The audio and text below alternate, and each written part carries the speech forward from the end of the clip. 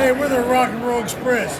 One Cardinal, one club, and one beer. And that's with Vince and JJ.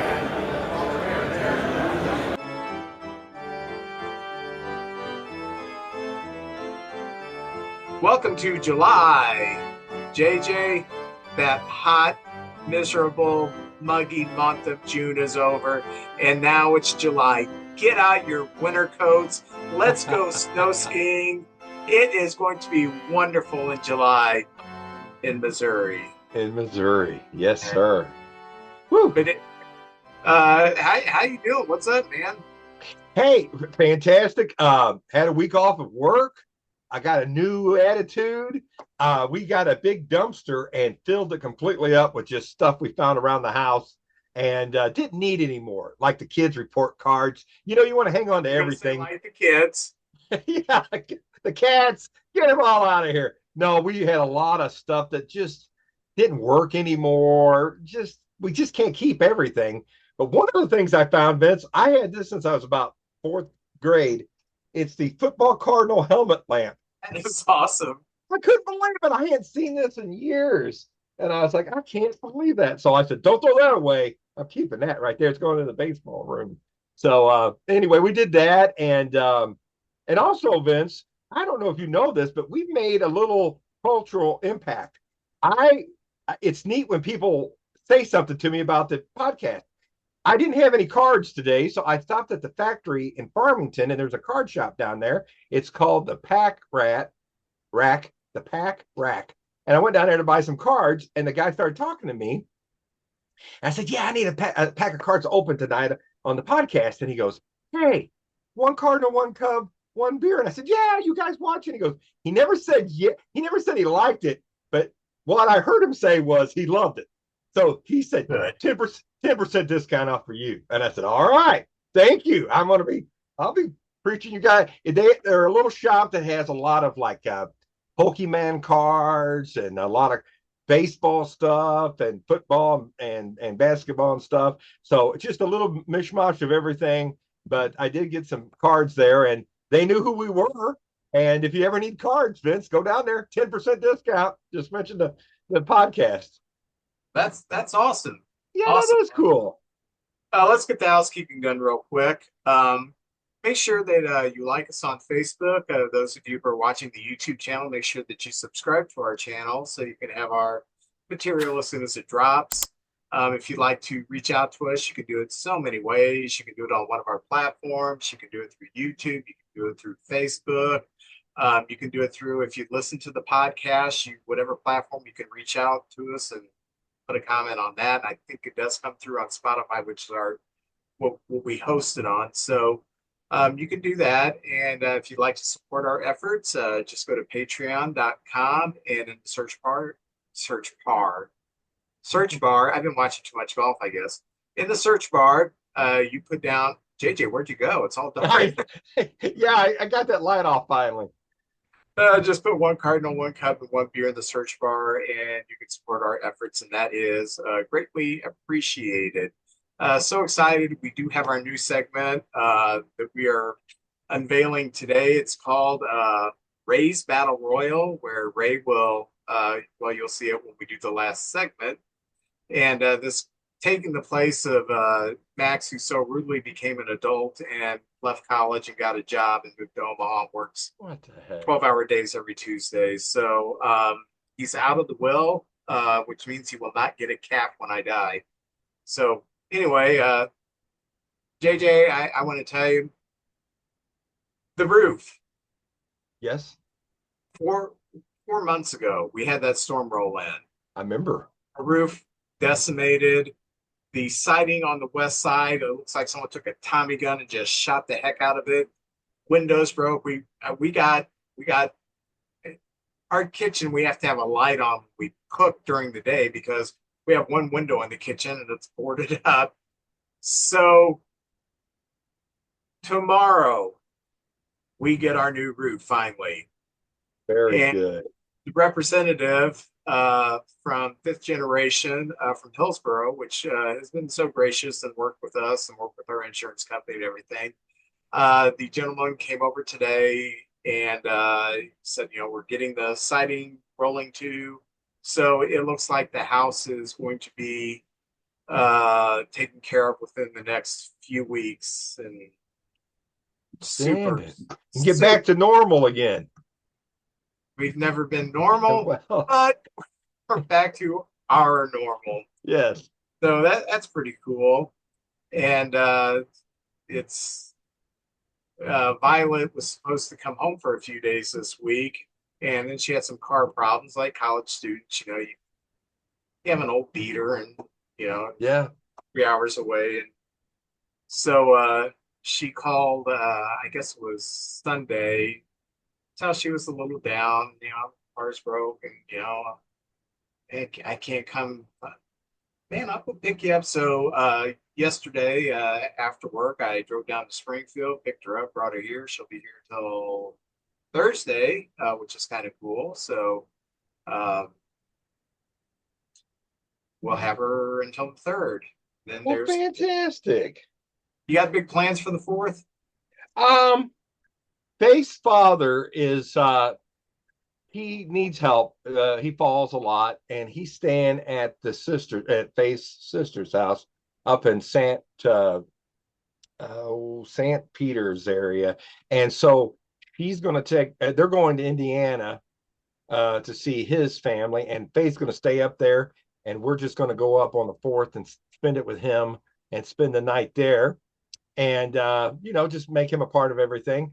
And then Saturday, on the way back, there's a theater in St. Louis and Creve Coeur that has 4D movies, and Jurassic Park's coming out, and the seats move, and you get sprayed with water during water scenes, and there's smoke and wind, and so we're going to see Jurassic Park Saturday at this 4D theater.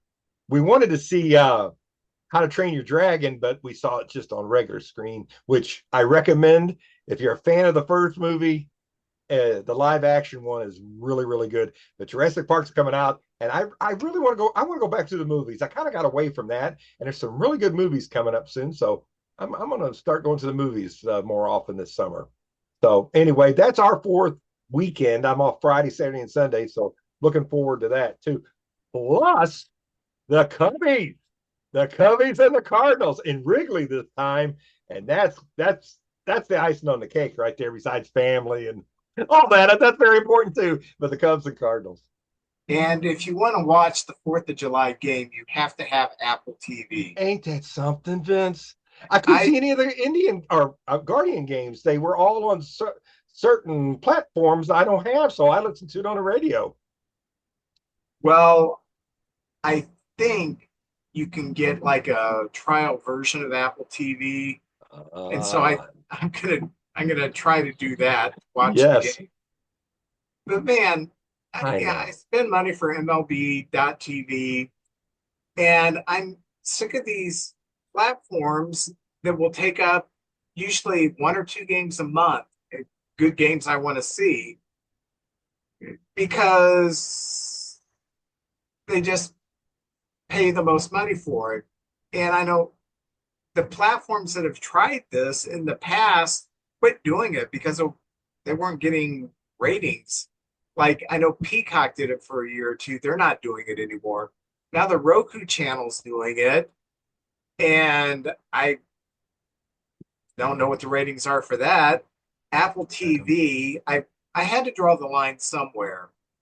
And I kind of wanted to get Apple TV so I could see the St. Louis City soccer games. Oh yeah. I thought I'm drawing the line. I don't want to do that, and so yeah, it's just a little frustrating. So I will try to get the free deal with Apple TV. And you were talking about this 4D theater. Yeah. Do you remember the movie Earthquake from the 70s? Yes. Oh, yes. George Kennedy. Oh, yeah. Victoria Principal, all-star cast. Do you remember that they had a machine in the theaters that made the theater shake? No, I do not remember that. Yeah, I saw it twice in a theater. back then, back in the 70s, they still had theaters that only had one screen. Right. So I saw it at a theater called the Cameo in Alton, Illinois. It's been long since destroyed. And they had this machine, they called it Sense-Around. And you would sit there and during the earthquake. They were like these huge speakers that would put out this low hum and it would make the theater rumble. Then I Yeah. saw it again at Lewis and Clark Theater in East Alton. Well, they had two theaters, so they couldn't use it there because it would have been interrupted the other one. But shortly after that, they made a movie about the Battle of Midway, and they also used that Oh, machine during that movie.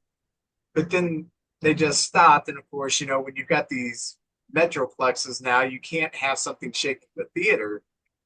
But I guess you can, I guess, shake seats or spray water on you or yeah. whatever. There's special rules. If you've got to be a certain height, and you're at your own risk if you have to get up during the movie and go to the restroom or something because the things could be moving. Your soda could go flying or popcorn. I mean, I don't know what to expect, but with movies like How to Train Your Dragon and Jurassic Park, with stuff roaring at you and water scenes and flying through the air, it could be something else. So I'll report back to you after this weekend if we get to go. But I'm excited. This could be fun. I tell you what, that theater you went to for Earthquake was ahead of its time because a lot of the Disney World has theaters like that now, but that was 1970s, you said, so that was way ahead Yeah, of its I think time. Earthquake came out 75, somewhere around there. All those disaster films, Oh, yeah. Poseidon Adventure, and all that stuff. Yeah, a On the airports, 75, 77, 79. lot of trouble at the airport in those days. Oh, we should like list disaster movies from the 70s. Oh my God, they try to make a comeback. I know the Rock had one about the San Andreas Fault or something like that.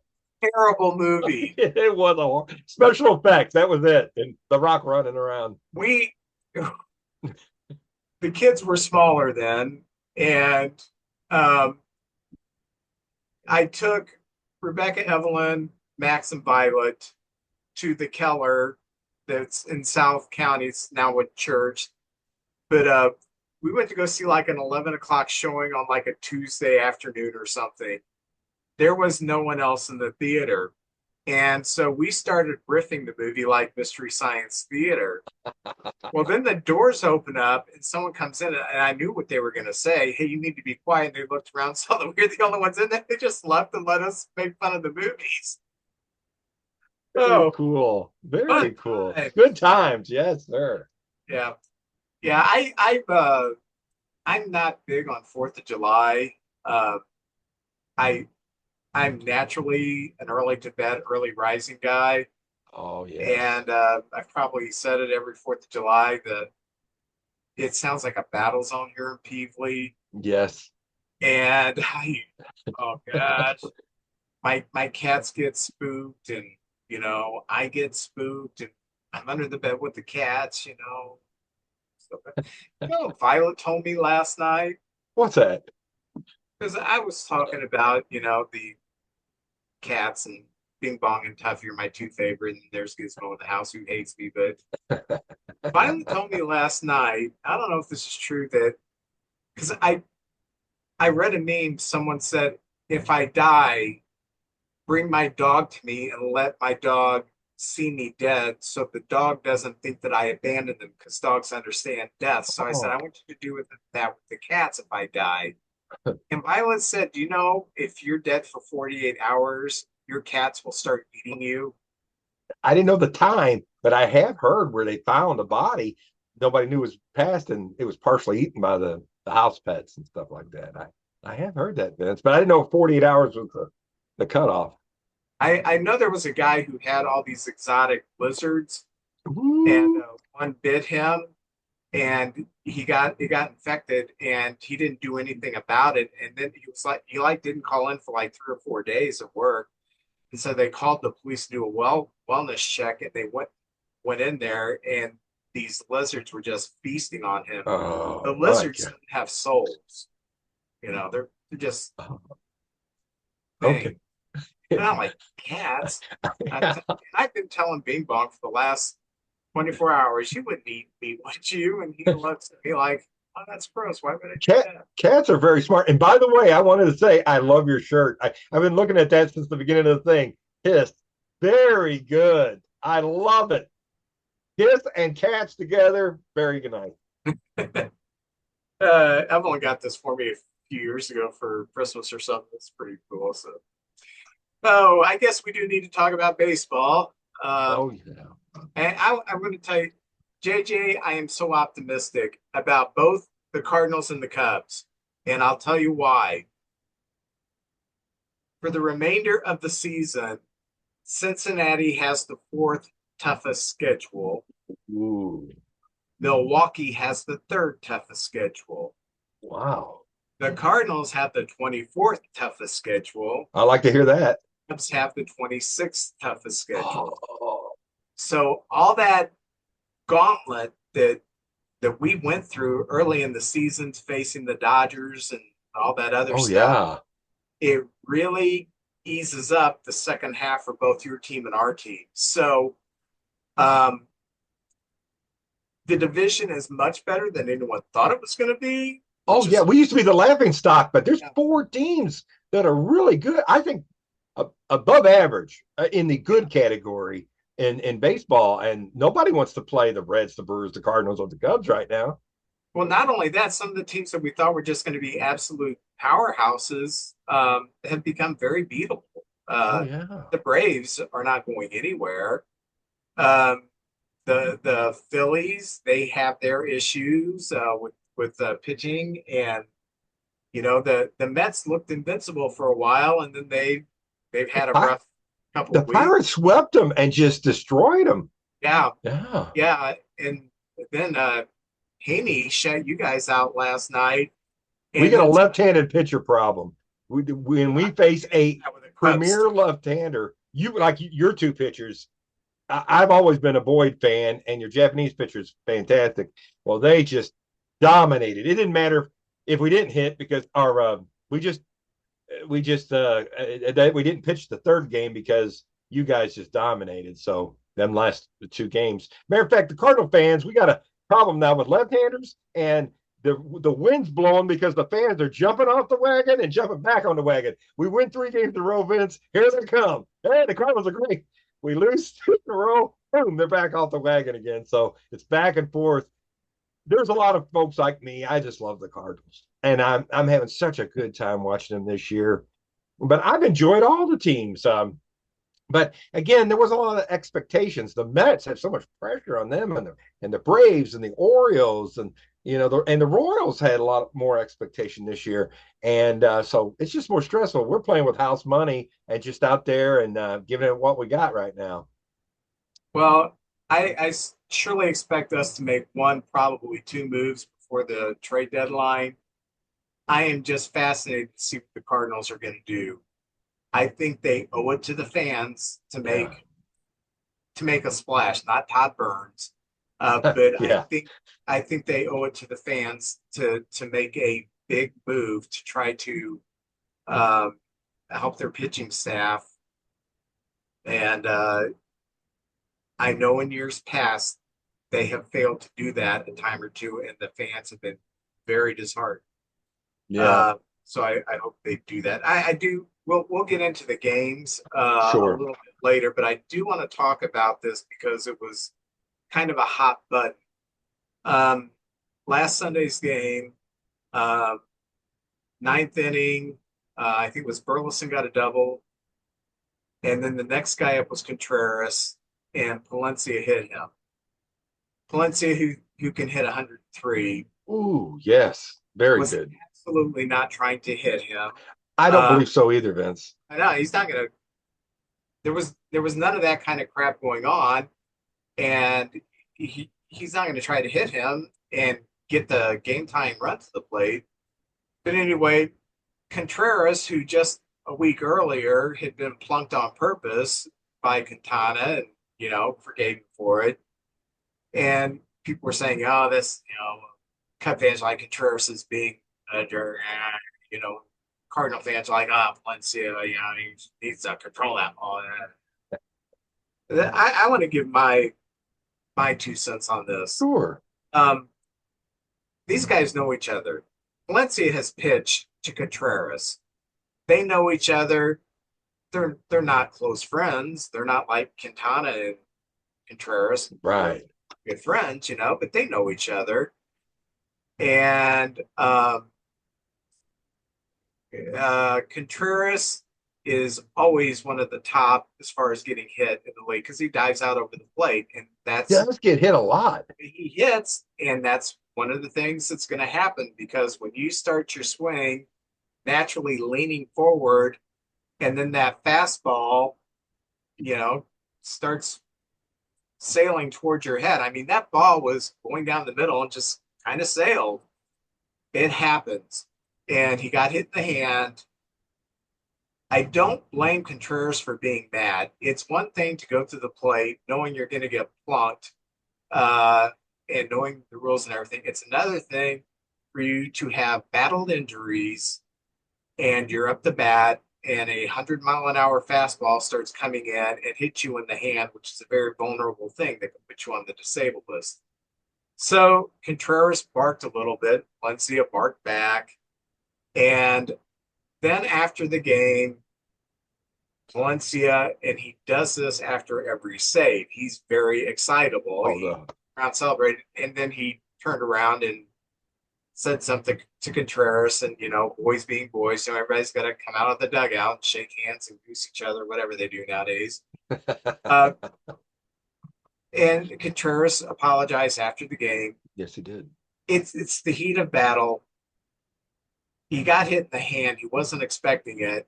It hurts, and he doesn't want to get injured again. He's got a team that is not out of it. They're firmly in playoff contention, and emotions just boiled over. Valencia, who obviously didn't mean to hit him when the game was over, he's excited. He's emotional because, by golly, we needed a split in that series. We had to have a split. And he's excited, and he turns around in this excitement and says something to Contreras. And it's over. Yes. And mistakes were made on both sides, but these are not two guys who are jerks. This is just something that happens in the heat of battle. So I just wanted to address that because, for a few days afterwards, there was all this chatter back and forth, from both fan bases. It's your fault. It's your fault. It's your fault. It's nobody's fault. It happens in baseball. Hey, there are times something goes wrong in the house, and I'll say a few expletives, and I immediately regret it, because Kathy's heard it, or and she didn't deserve me to throw a fit over something. So I just think it was kind of over and just part of the game. And Vince, I do too. And after the end of the game, when they went out to kind of get between them, you see, and I like this. You saw a lot of Cubs because a lot of the Cubs have played in the minors with a lot of our guys, and vice versa, and played on both teams. And you saw Cardinals and Cub guys, except for the two that were chirping, like, "Hey, I got this. Don't worry about it. I'll take care of this." And they separated them and kind of went on their merry way. There wasn't the bullpen running in and all that kind of stuff. And I love that he said, "Hey, I apologize. I got out of hand." And I felt like I should apologize because a lot of people say, "Oh, look at your player. His fans are this way," or something like that.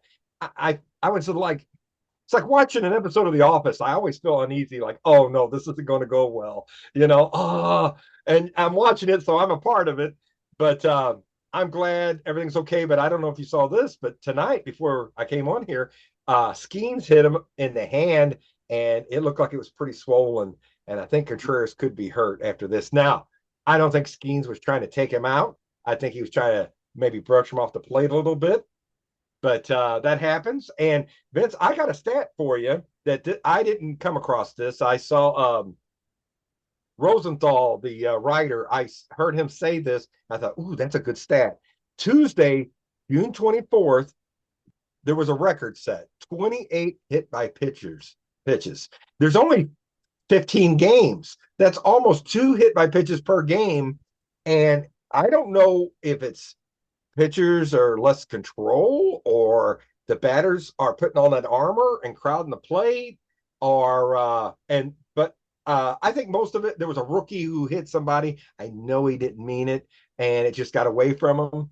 But in all of that, there have been a few retaliation pitches.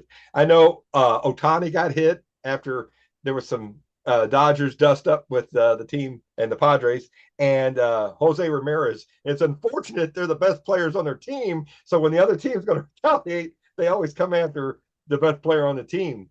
But 28 hit by pitches. So I don't know what the cause of that is, but that's a lot of hit by pitches. So that was a record on June 24th, 28 hit by pitches. I was watching this was in the 90s. I was watching a Cubs Dodger game, and Kerry Wood's pitching, and Kerry Wood, he seldom knew where his fastball was going. He had the most violent fastball in baseball. And he hit a Dodger player. Obviously, he didn't mean to. And so then I think it was Chan-Ho Park was pitching. And after he hit him, the Dodgers were barking at him, and Kerry Wood doesn't take crap from anyone. He's yelling right back at them, And so the umpire, stop it, whatever. I don't know if he gave a warning or what, but so the next half inning, Chan-Ho Park is pitching, and who was a left-hander, and Mark Grace is up the bat. Grace knows he's going to get hit, and the first pitch comes to his head, and Grace gets out of the batter's box and does this with his hands, like, you can throw at me, but you gotta bring it down. Yeah, and that's most players know when they're due to get hit because of something like that, and they know it's a part of the game. And I think you mostly, if you know it's coming and you know it's kind of a part of the game, it's becoming less of a part of the game. You can handle it. These players have been hit by pitches before, but just bring it down. And I think, but any player who feels like it was too close to your head, that's got to be unnerving. yeah. So much ado about nothing. I thought this was interesting. Wilmer Abreu hit a grand slam. The same game, he also hit an inside the park home run. Wow. The Reds. And first time it's been done since Roger Maris did it in 1958. Maris did it, of all the people. Wow. Yep. I did not know that. The Red Sox are having a weird year, but they always seem something fun is always seeming to happen. They're a fun team to watch. They've got a lot of talent. Who knows? Vince, the season is only half over, and anything can happen. And like you said, the trading deadline's coming up.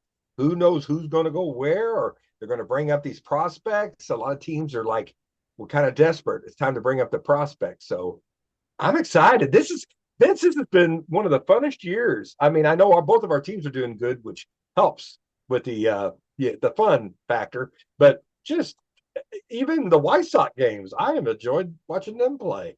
So I'm like you. I've tried to watch each team at least a couple of times, and I think I've seen most of them play this year so far. It's easier now that they play every team. Yes. Yeah, before they did that, it'd be like the beginning of August. Oh my gosh, I haven't seen the Guardians. Yeah, something like that. And I'm telling you, when I look at the standings, I pretty much focus on the National League Central. And I will kind of glance and see what's going on in the other, and then I immediately forget because I'm getting old, and so I'm looking at the standings this morning. We haven't talked about this team. Tampa Bay is only 1.5 games out of first place against the in the division. The Yankees are ahead. They're 2.5 games up in the wild card. Who would have thought? They're playing in that that spring training complex, I saw them at the beginning of the year against the Rockies, and I thought, well, these are two teams going nowhere. And I really was only interested in the game. It was like the second day of the season because I wanted to see what this facility looked like. Puppy, they, how does Tampa Bay do this? I don't know. And they come up with these young guys. They had this Camaro kid. I think he's leading the American League in stolen bases or all of baseball. Oh, no, he's one of the top stolen base guys. But I really enjoy this team. But Vince, we got a problem. Baseball has a problem. Tampa Bay right now is going to make the playoffs. And that stadium only holds 11,026 people. What are they going to do after you give out all the free tickets to the people who promote the game and everything and the season ticket holders? There's going to be no seats. So I've heard there's been talks about them playing in the Buccaneer football stadium and making it for baseball, or possibly going to Miami and playing in their stadium.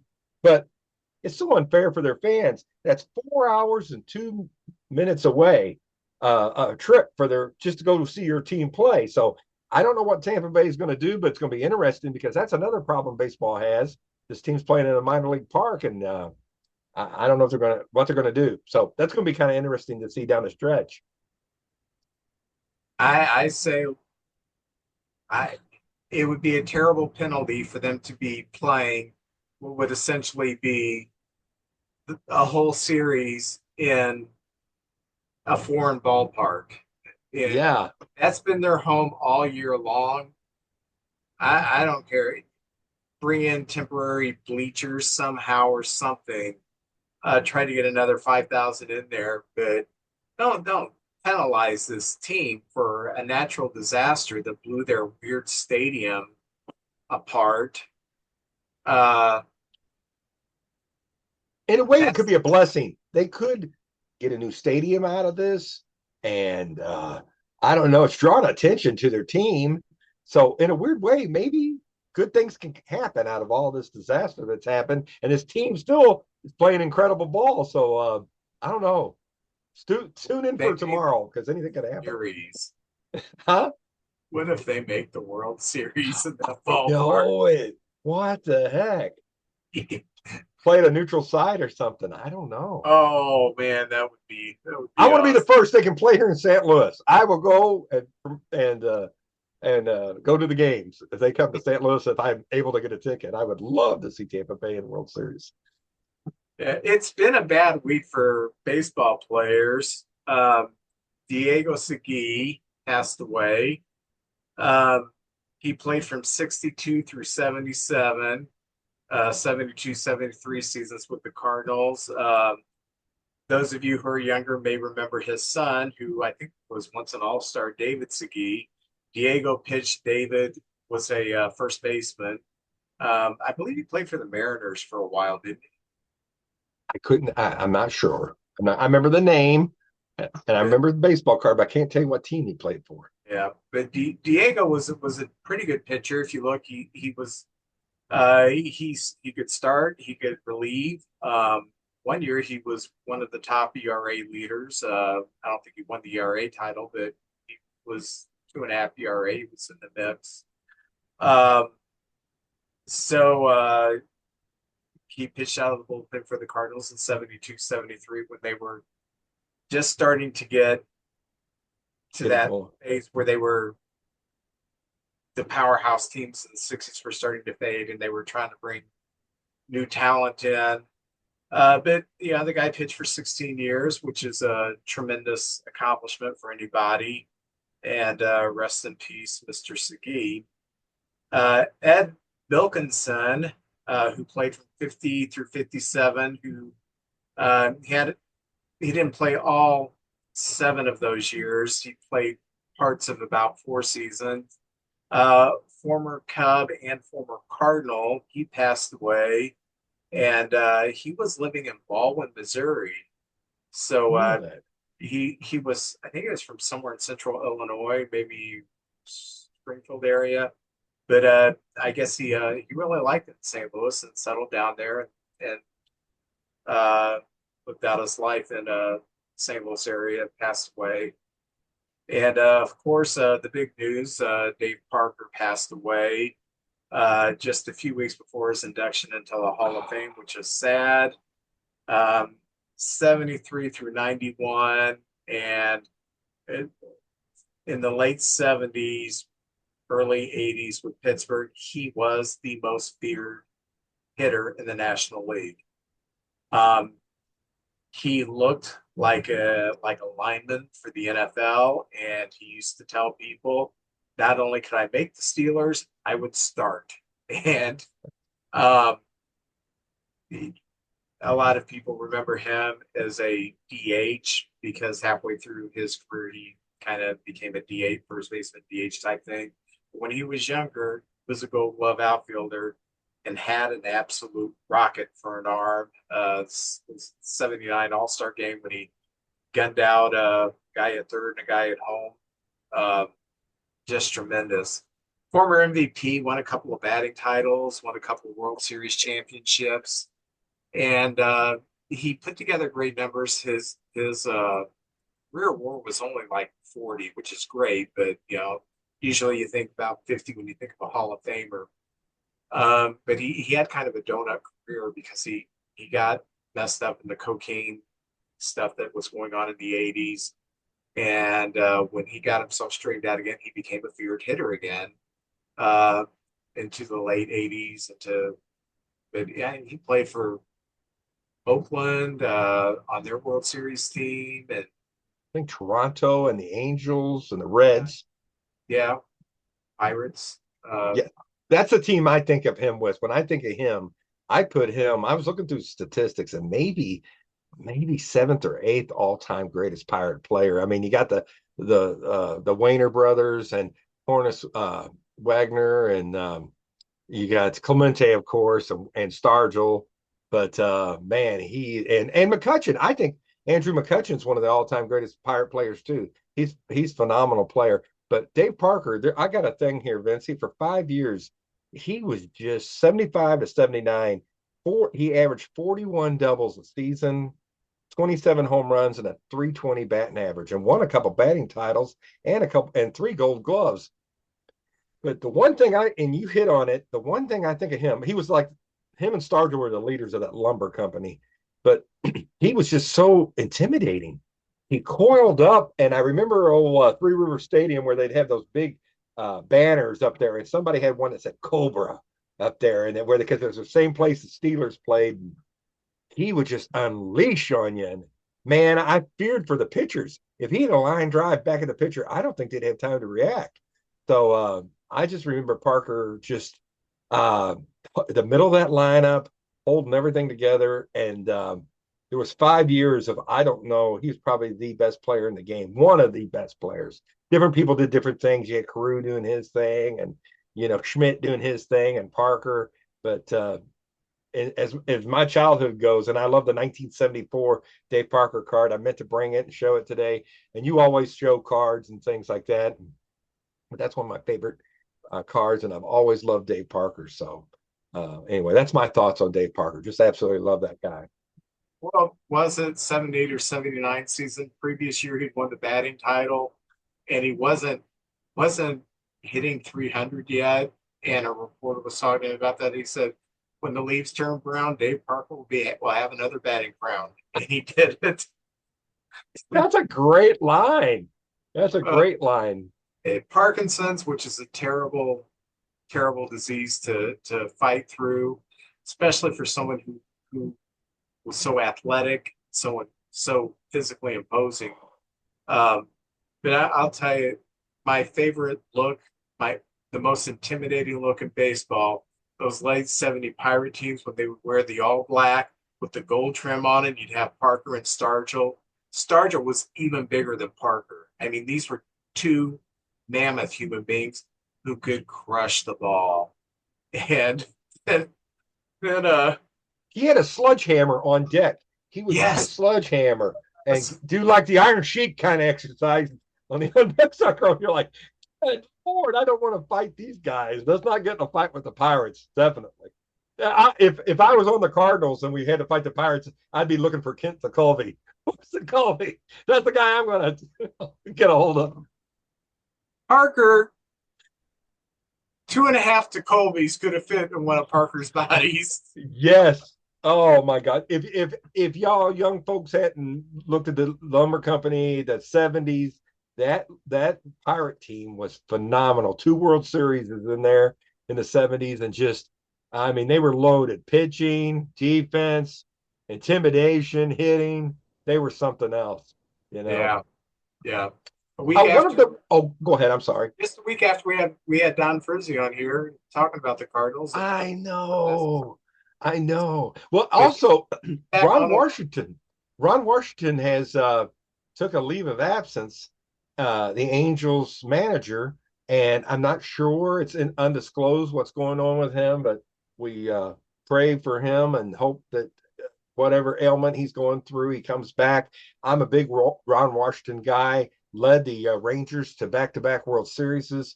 He was a big coach for the Braves when they started turning it around in recent years, working with the fielders and everything. And he's just a good baseball man. And I always think the game's yes, and yeah.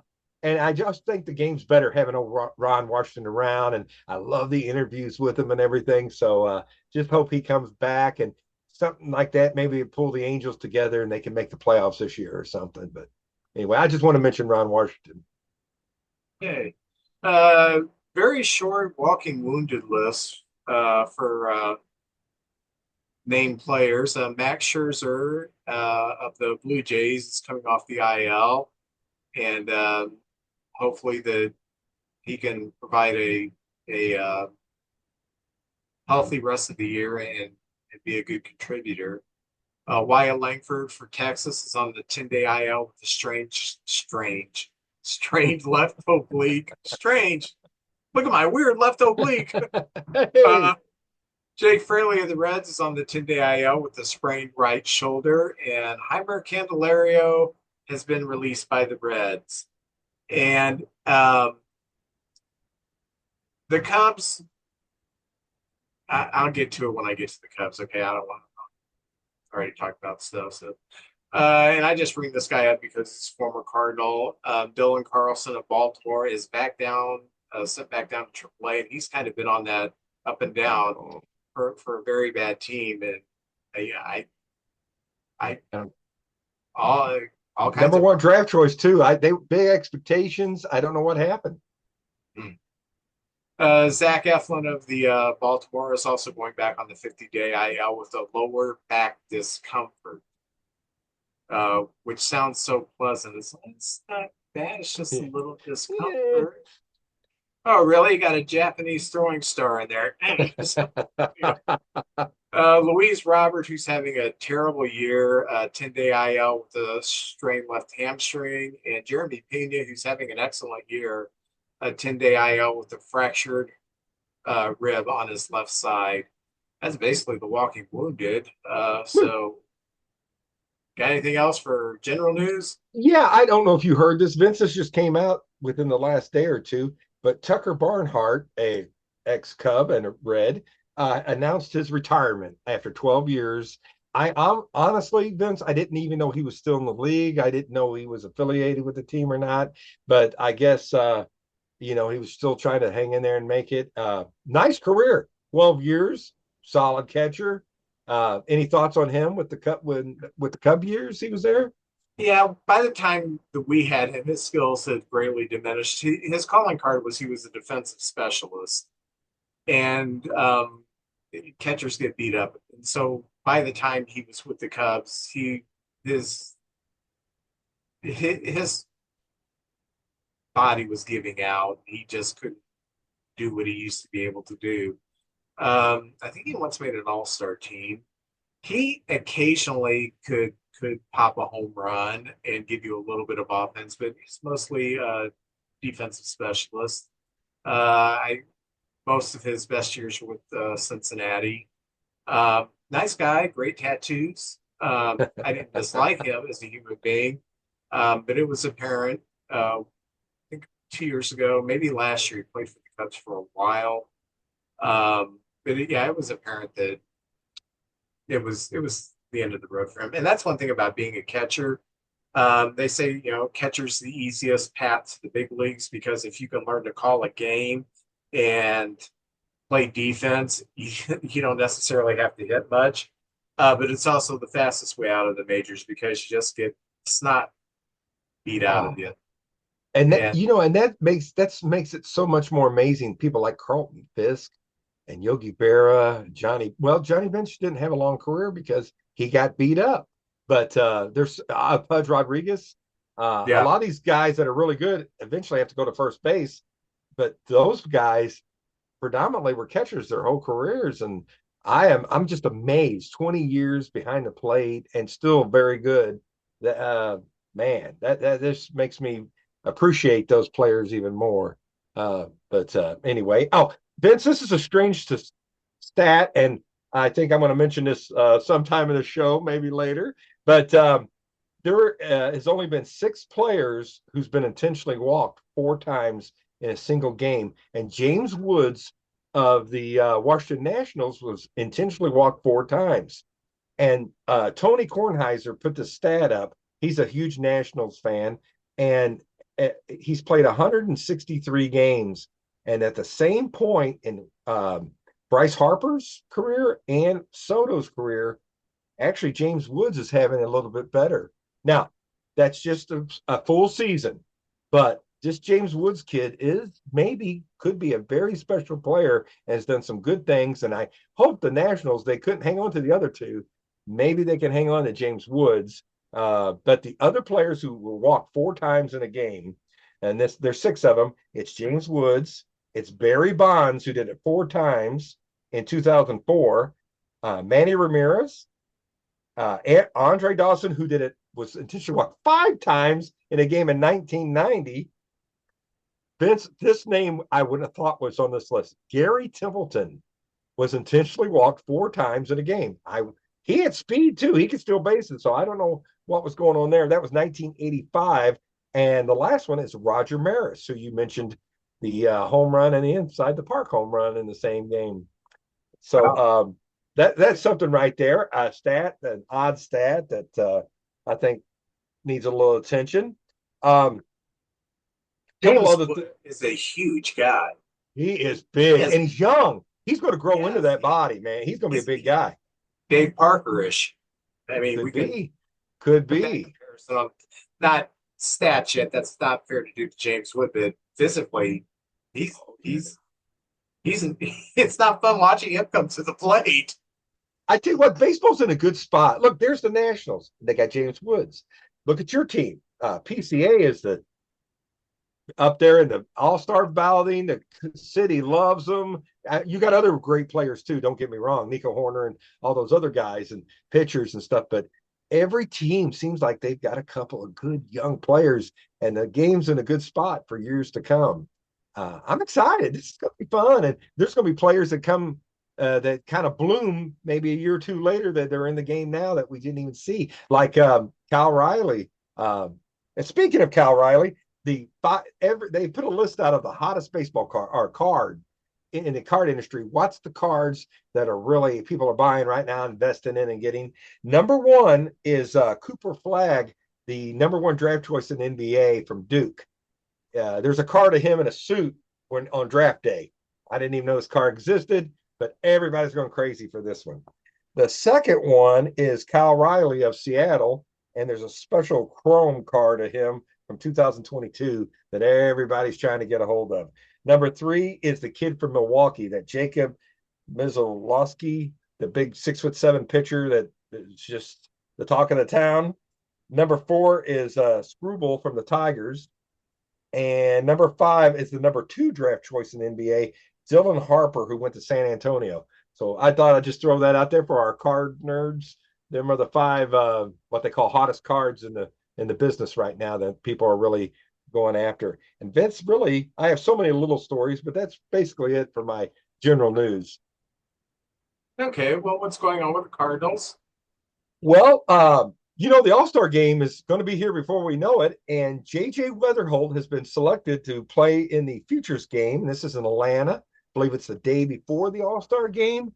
So I mean, keep that name in there. We've got a lot of hope for JJ. I like that name, by the way, to be a big part of our future.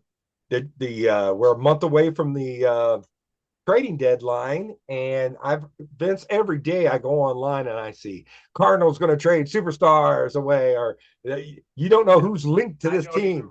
I don't I even read. know, but Yeah. as a fan, you're like, oh, is there something I haven't heard? And it could be just fan fiction. I don't know, but it wouldn't surprise me to make the team better. Who knows who's going to be gone? We have a lot of young outfielders coming in. We have a log jam in the outfield, so I don't know what's going to go on and who of our players would people want. So just hang on. I'm telling you, I'm not going to be surprised if you make a trade move and it will be Jordan Walker, the centerpiece of it. You've got the outfield talent to compensate if he does blossom. Okay. You need something the second half because you're definitely in the thick of it. And that's someone that people will want. So I'm kind of looking kind of side eyed. Is that going to be a player that they're going to get rid of for some pitching? Because if Burleson quits hitting, that's a different story. But gosh, he looks good. Yeah. I like him. And can I tell you, I think Lars Newbar, I love Lars, but he's a statistic darling with the exit velocity and how many pitches he takes. And I believe me, I don't want to get rid of any of these guys. You fall in love with them, they're part of the family. But I could see us getting something much better for Lars, who's under contract for a while as well, than maybe Walker, because Walker's what if they kind of trade Walker to, let's say, the Kansas City Chiefs for Patrick Mahomes? Okay. All right. We'll take Patrick. For the Chiefs. Yeah. And we know Mahomes can play baseball, so yeah, there you go. Well, hey, all right, you made a deal. Let's make it happen. But I don't know. It's up for grabs. Let's see what happens. We got a lot of catchers in our system too, and I don't know, but it's gonna be fun. I don't know. I don't know what they're going to do. And Vince, I don't know what you guys are going to do. There's a lot of talk about Sandy Alcantara and you guys, but I don't know. Who knows what you got to give up to get them? They're going to go to the biggest, biggest seller. But the Cardinals this week, it's been kind of a crazy week. We played the Cubs 4 times. We won the first 2. Real good game the first game. Second game, we came from behind a little bit. On Tuesday, we won 8-7. And I made such small notes, it's very hard for me to read this. But we came into the series, people kind of underestimate. The Cardinals don't have any power. We were very low in home runs. But in the first game, we hit 4 home runs. In the second one, we had 2 guys hit 2-run homers, and it was Mason Wynn and Newtbar. And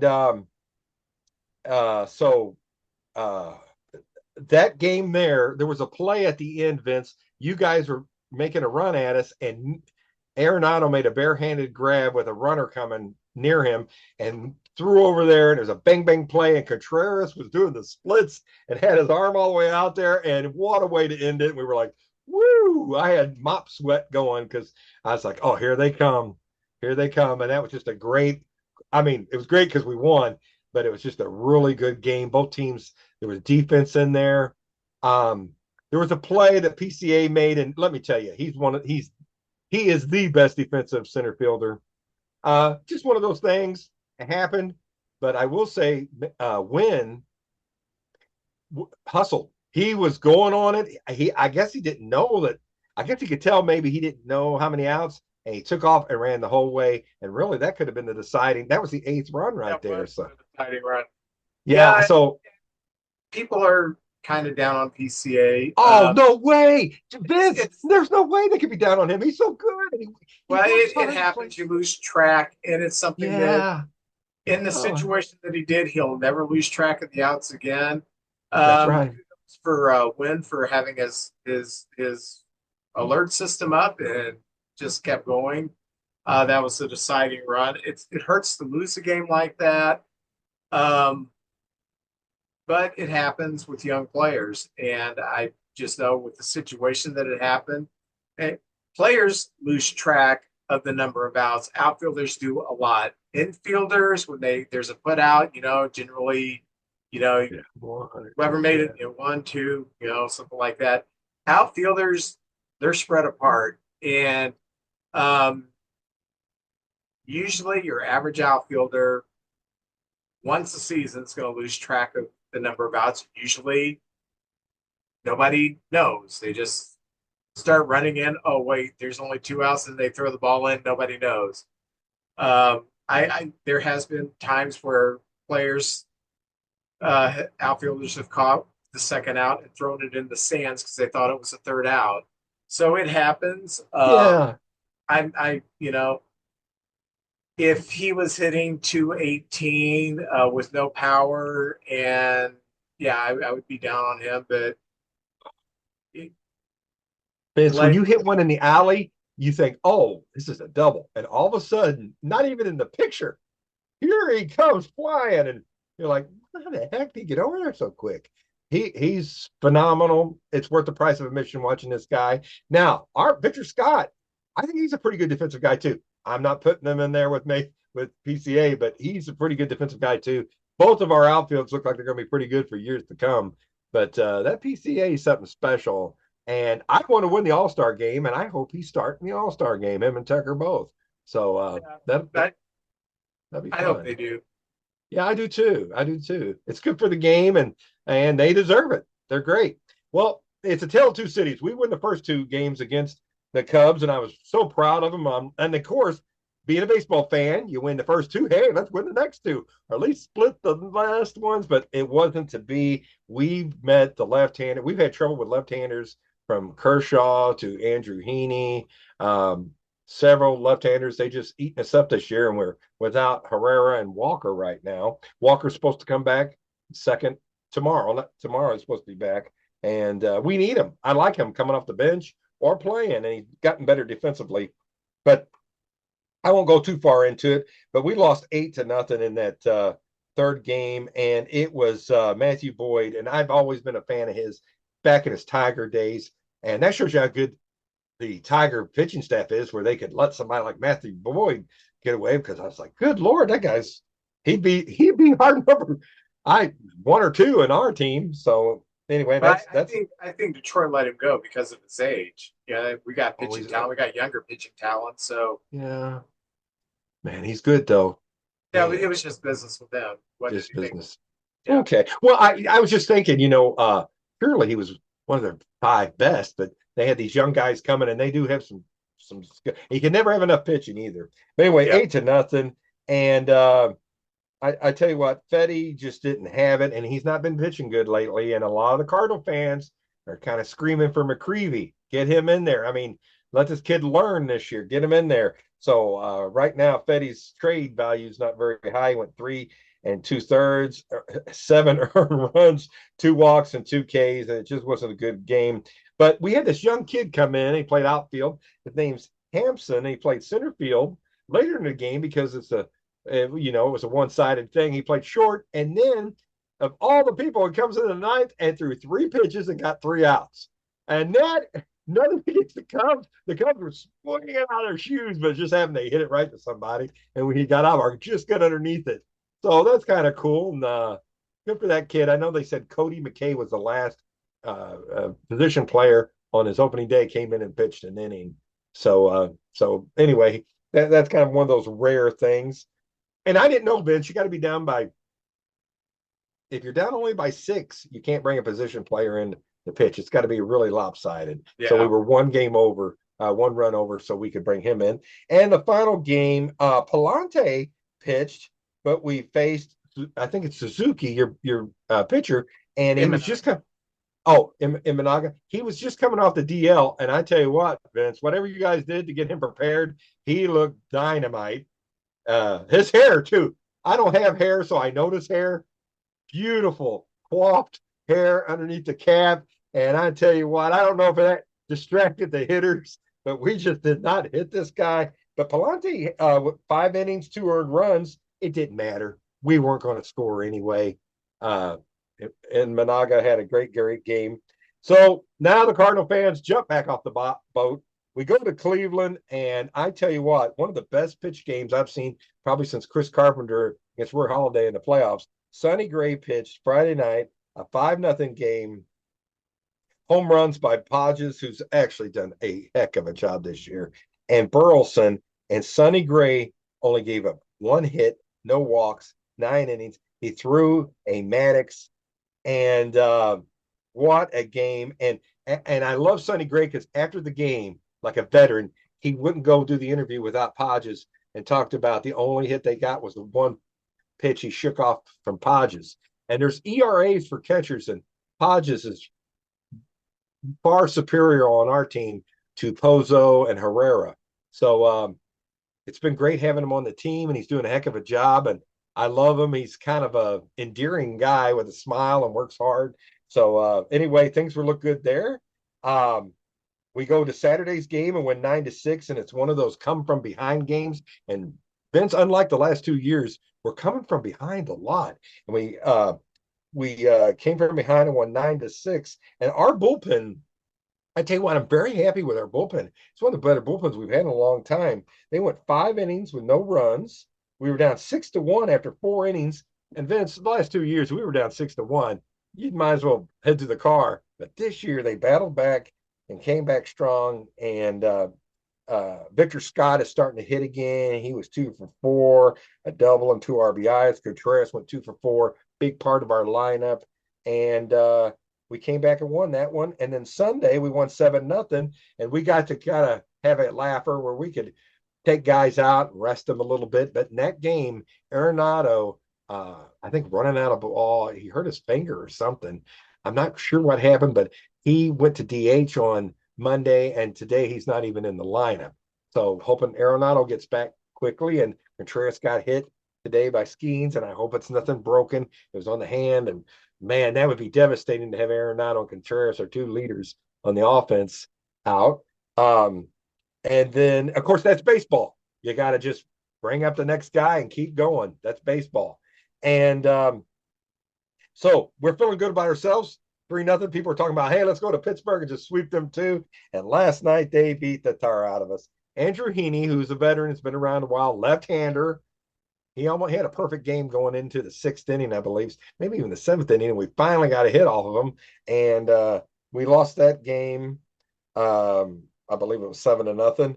And the bullpen did go 3 innings with no earned runs, but they were trying to get Fetty through to the 5th inning, and he couldn't even do that. He's had some bad starts lately, and I don't know. A lot of people are calling for McCreevy. I don't know what we're going to do. I don't know he's not really a bullpen guy. So I hope he turns it around. Right now he's going through a bad stretch. So the Cardinals were, let's see, 1-4. So they were 4-3 this week, and we'll take that. We're 3 games behind the Cubbies, and we're right behind the Brewers. And we're getting close to the All-Star break, and I hope it can't get here quick enough because we need a break and let our guys get some rest. And I actually wouldn't mind if only one guy makes it to the All-Star team so the rest of the team can rest and get ready for the second half. So, Vince, that's my Cardinal news right there. Okay, Cubby news starting off. Tom Ricketts has approved a $15.6 million statue of Ryan Sandberg to be erected outside of Wrigley Field. Sandberg, who's had a relapse with his cancer, is going through treatment again. So,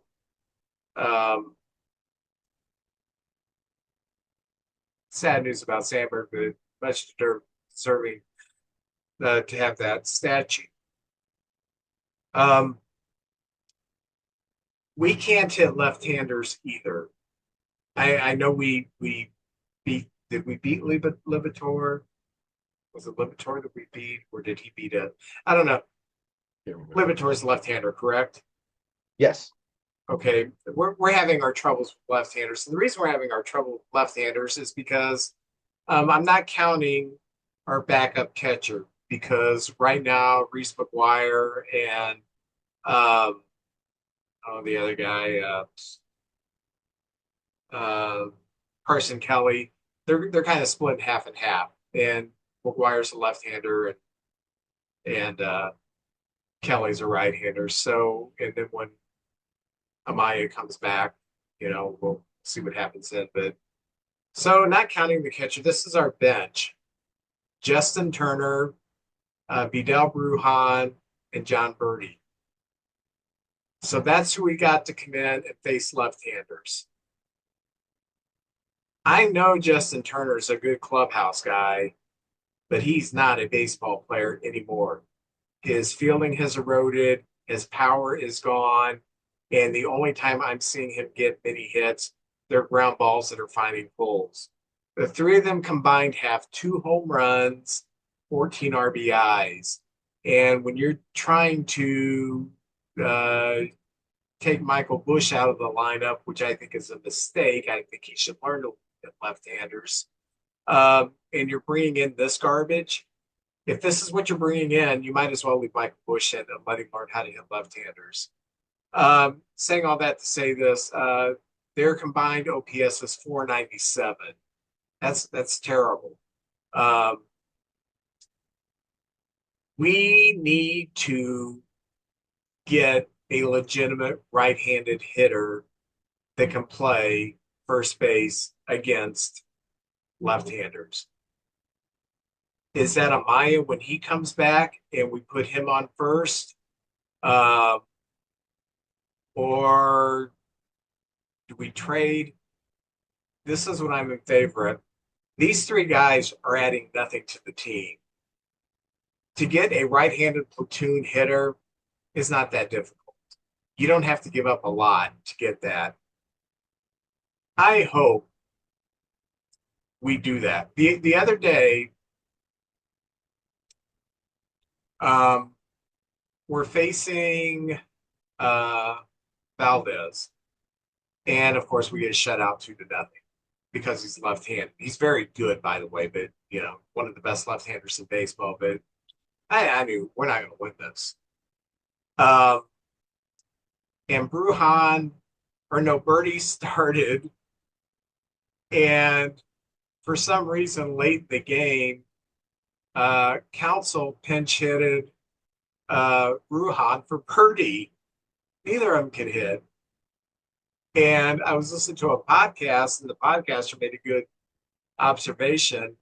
He said, I think that was Council looking up to Jed Hoyer and Tom Ricketts saying, you give me shit, I'll put the shit in, okay? I need a legitimate right-handed bat. And this is what you're giving me. And Justin Turner is not the Justin Turner of 5 years ago. He's PCA's friend. He's great in the clubhouse. I get all that. But when it gets right down to it, and it's the 8th inning, and you got to run around second base, and it's a tie game, and Justin Turner's coming up, and his exit velo on ground balls is like 90 miles per hour. I don't want to see that. I want to see a right-hander. I don't care if he only hits 235 or 240. I want to see a right-hander come in that can actually pop the ball and give you a chance to drive runs in. Because 14 RBIs from your bench, the 3/4 of your bench, after 82 games, I think it is now, or 83 games, is pathetic. So we need to make that move. Also, Matt Shaw, and I'm not saying I'm done with Matt Shaw, but I am saying Matt Shaw is a rookie. And defensively, you guys saw in St. Louis, the guy's really good defensively. Yeah, he was great. But he's not figured out major league pitching. And he stopped his leg kick, and he came back and he got a lot of hits. When he first came back, the league's caught up with him again. This deal where he's standing with his toe turned inward, what a terrible way to hit. That close stance with that, how are you ever going to pull a 98-mile-an-hour fastball? You can't open up your body as fast as you can when you're facing minor league pitching. I think he needs to rework his batting stance. So I think what we need to do is to get a third baseman, trade for a third baseman, rental for the rest of the year, and send Matt Shaw back to AAA and say, we, not you, we are going to rework your batting stance and your approach to hitting, because what you are doing is not working on the major league level.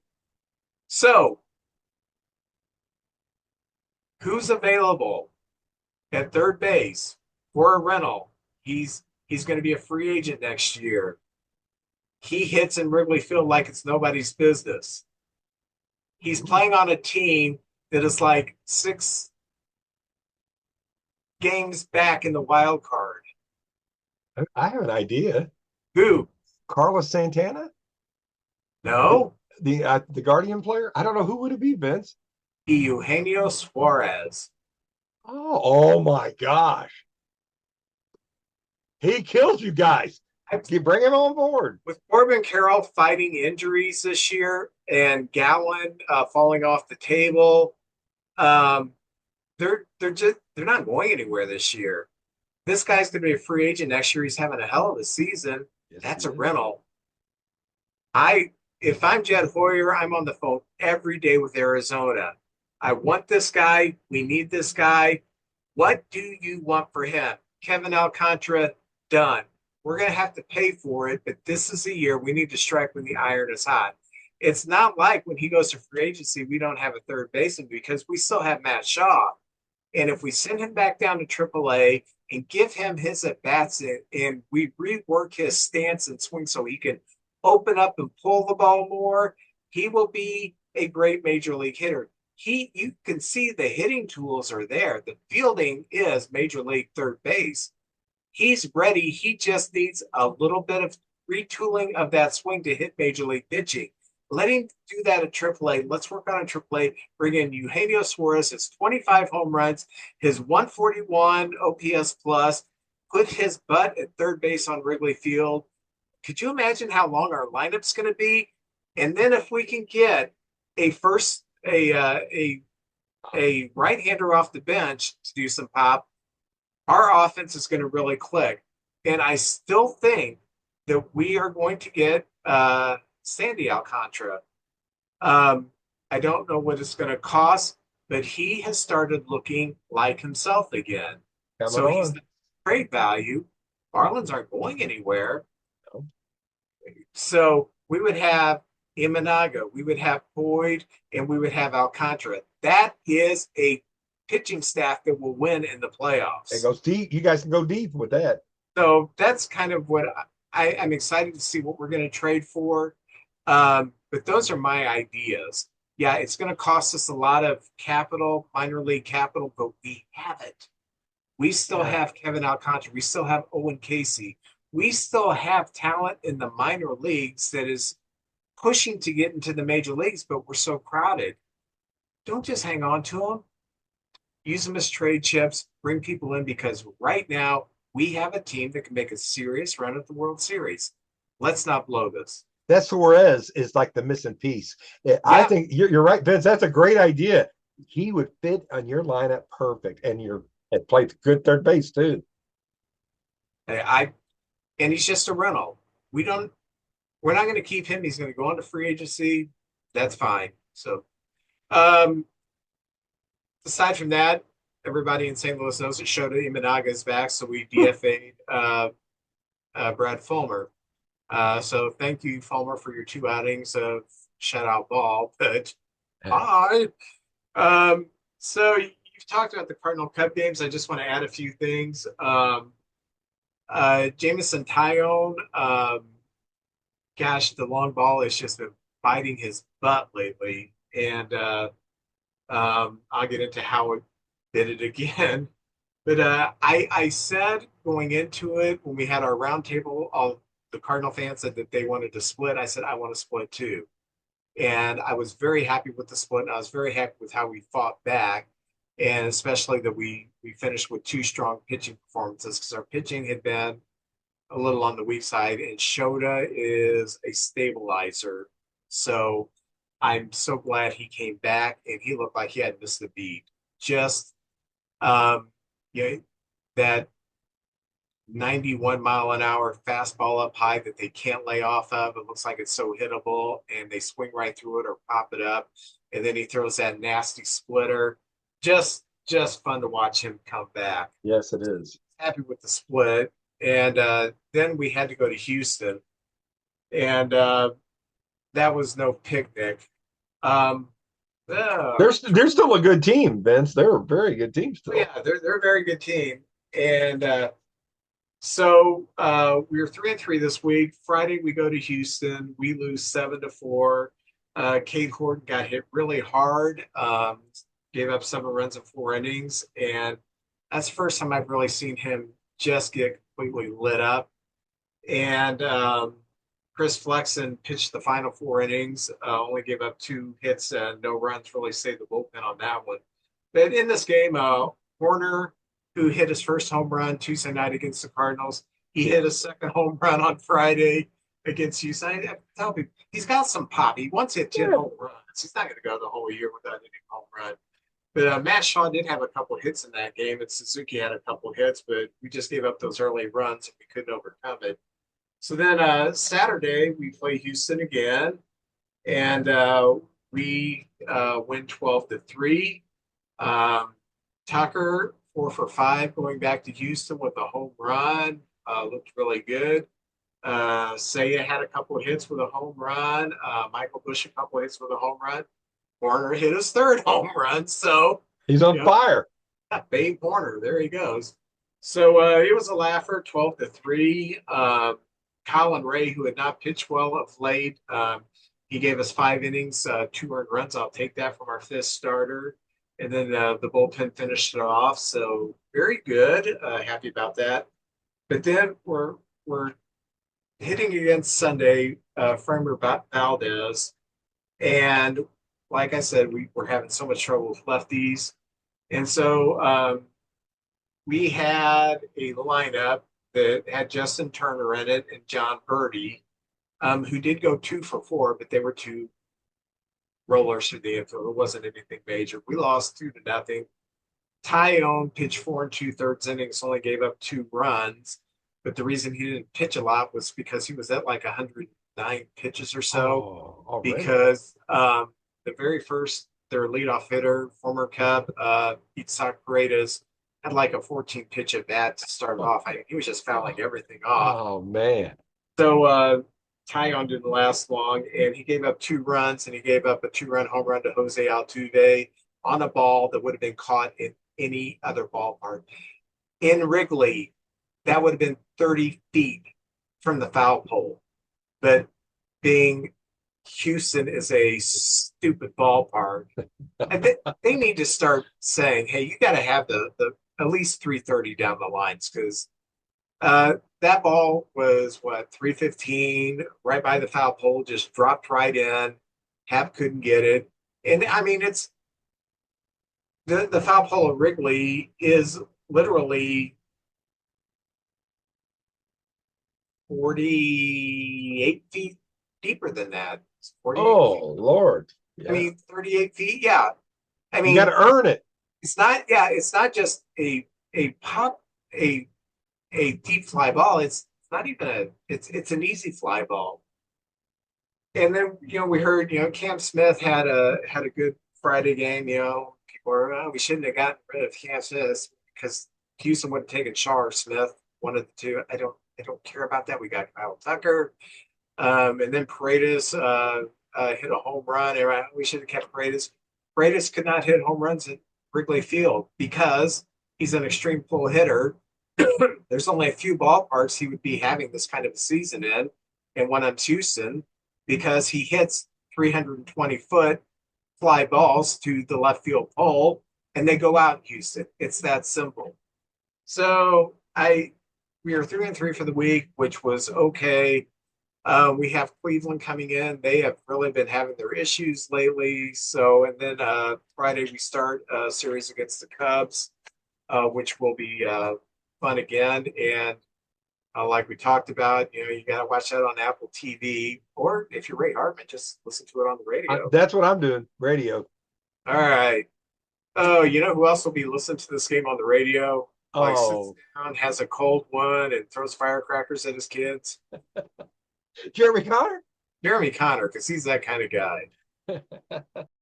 Comes a time in every man's life when he needs some advice on relationships. you need to listen to the podcast DMDR, which stands for Dating, Marriage, Divorce, Remarriage, from my good friend Jeremy Connor, the Dr. Phil of the Boot Hill. You can find DMDR on Spotify or whatever platform you choose to listen to your podcast.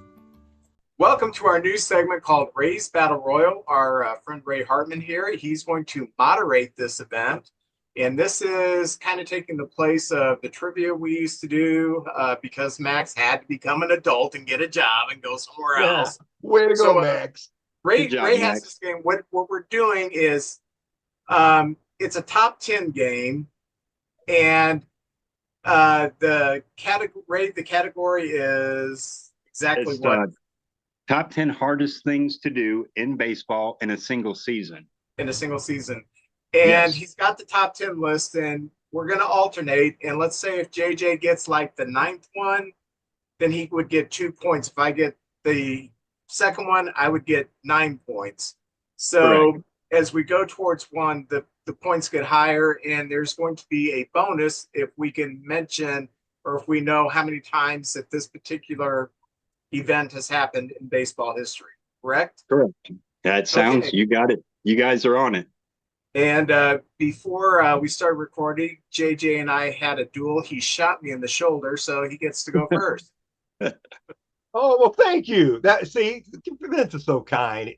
The toughest things to do in a game of baseball, Yes. I've always heard the fewest times something's been done. Now that's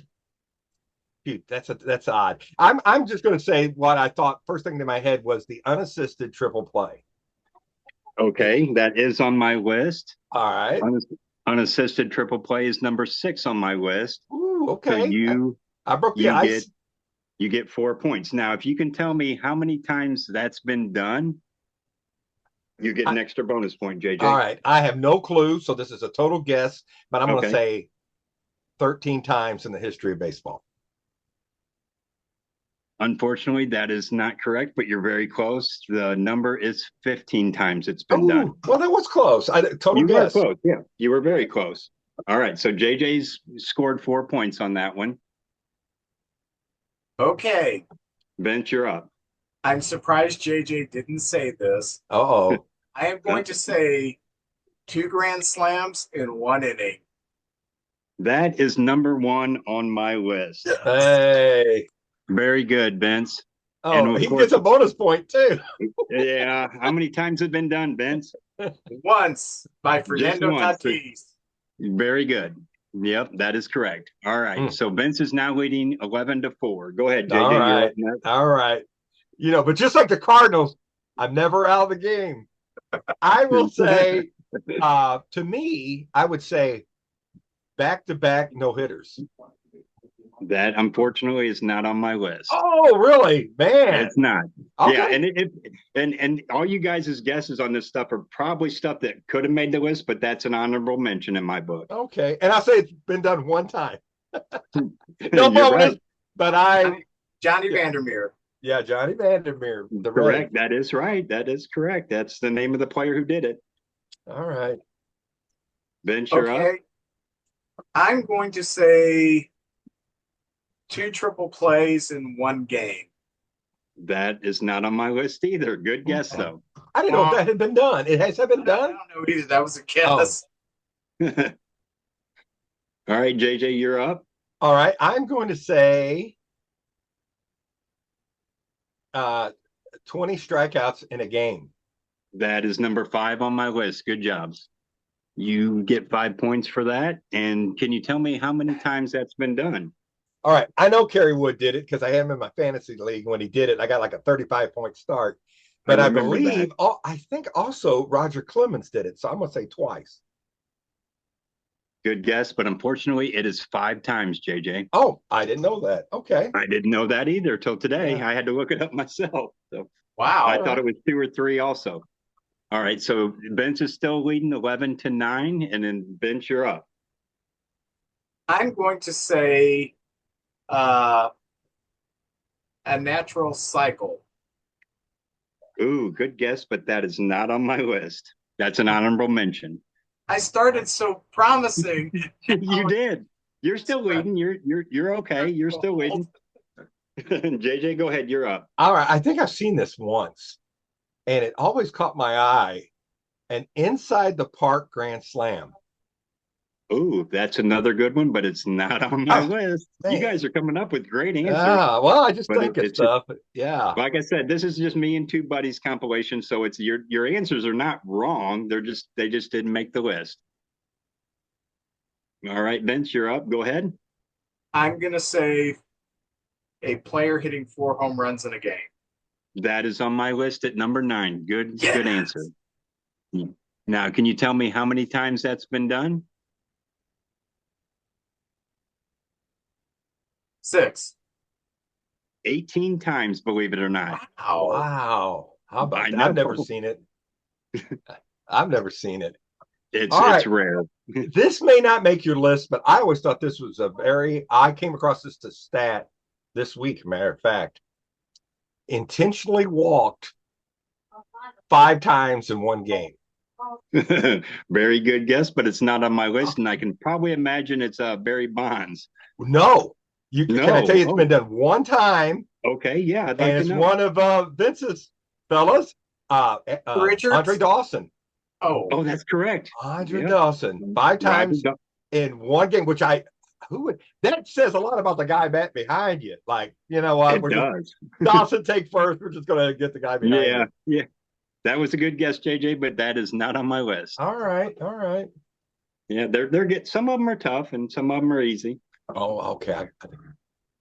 Okay, this is probably not on your list, but I think it's one of the greatest games ever.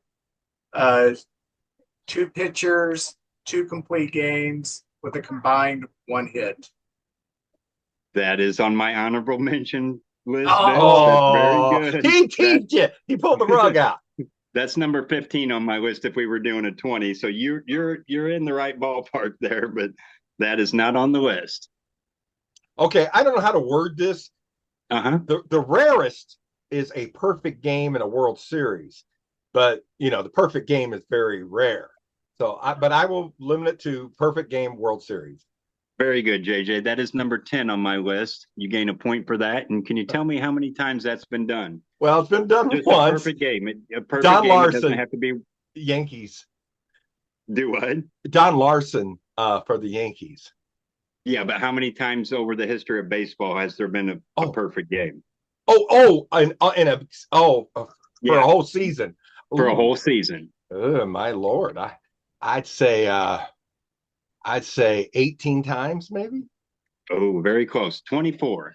24 perfect games have been pitched. All right. So we got 1, 2, 3, 4, 5 answers left, guys. Vince, you're up, and you're still leading by 2, Vince, by the way.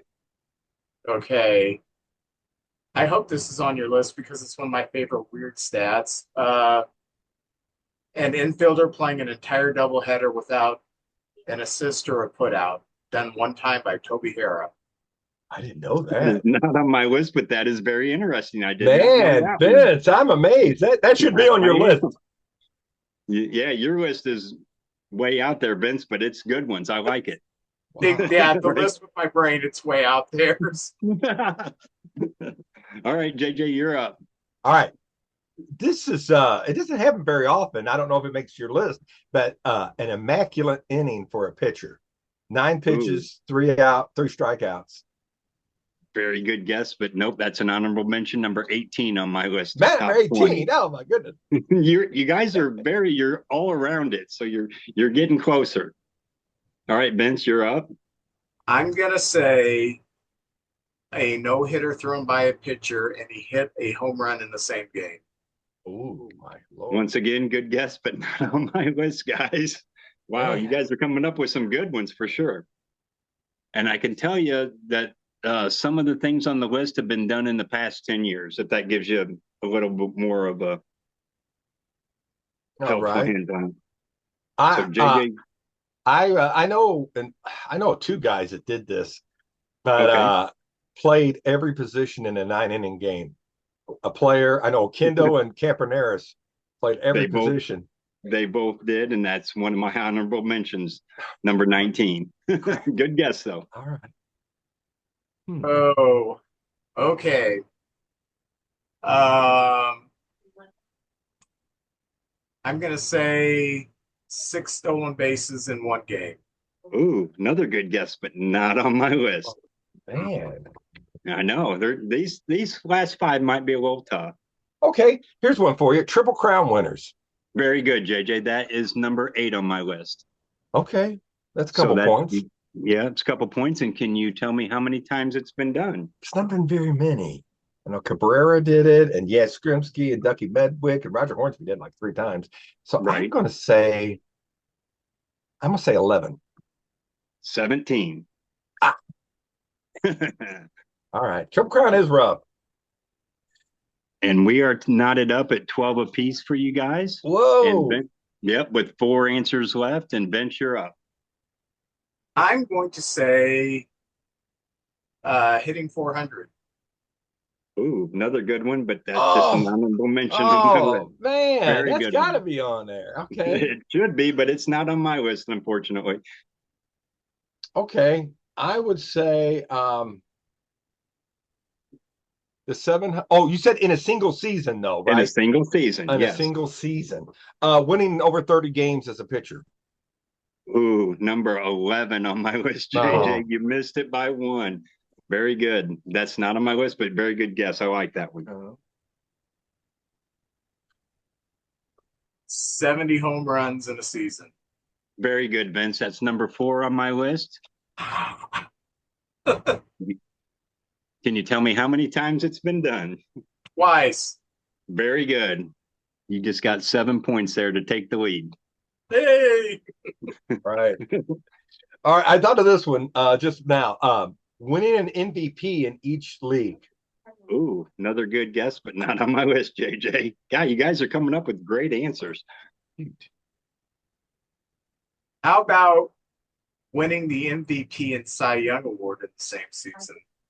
Ooh, another good answer, but not on my list. Golly, that's a great one, Vince. There's only a few handful of them guys. And I'm gonna kind of narrow it down for you guys to help you out a little bit. The last one have to definitely deal with numbers. Okay. Numbers. Okay. Numbers. My turn? Yeah. Okay. 56 game hitting streak. Ooh, very good, but not on my list.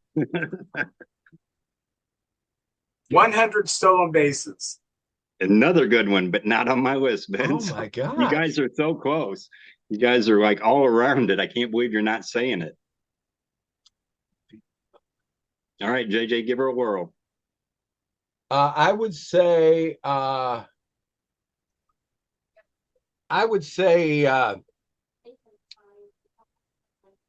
40 game hitting streak. There's only happened like 3 times, the 40 game You're hitting right. streak. It is only happened 3 times. Number 16 on my all-time list.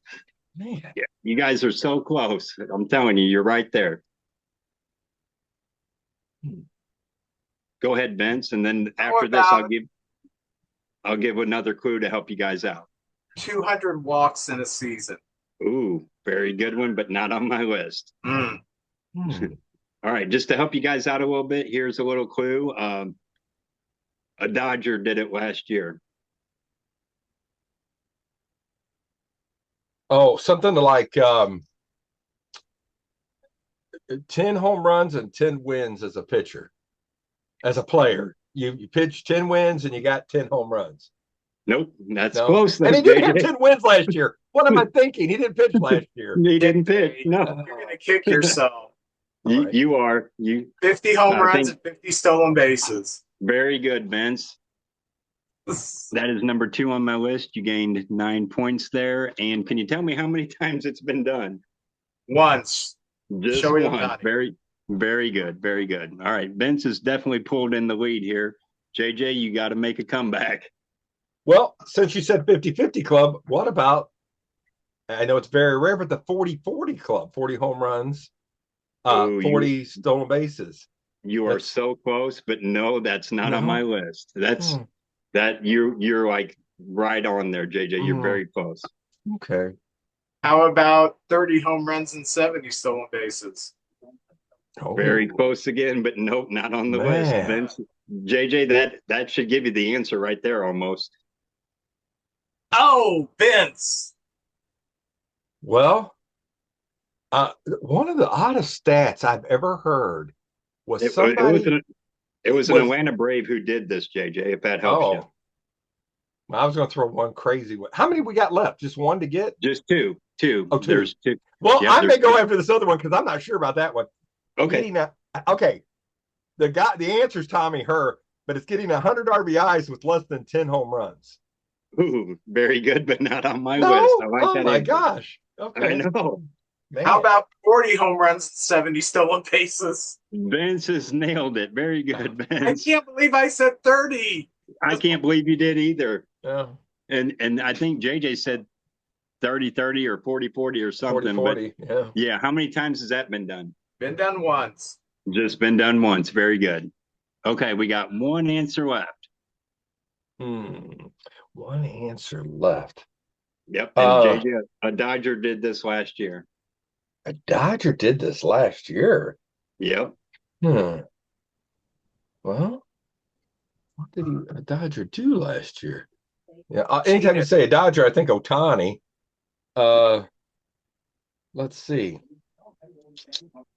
I don't win 3 MVPs in a career.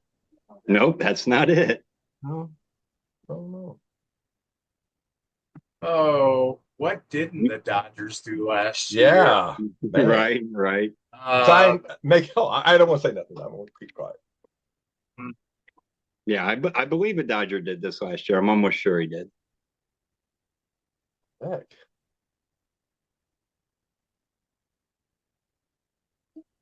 200 hits and 100 walks in a season. Ooh, very good, but not on my list. I like that answer though. Lead the All-Star balloting in both leagues. Nope, but that's a good answer too, JJ. Oh. Guys are down to one here. Just Yeah, the hardest one apparently. Yeah. yeah, it's not a very common one, that's for sure. Is it a pitching or hitting? It's a hitting stat. I'll give you hitting guys that. stat. Okay. It's a hitting stat. Boy, oh boy.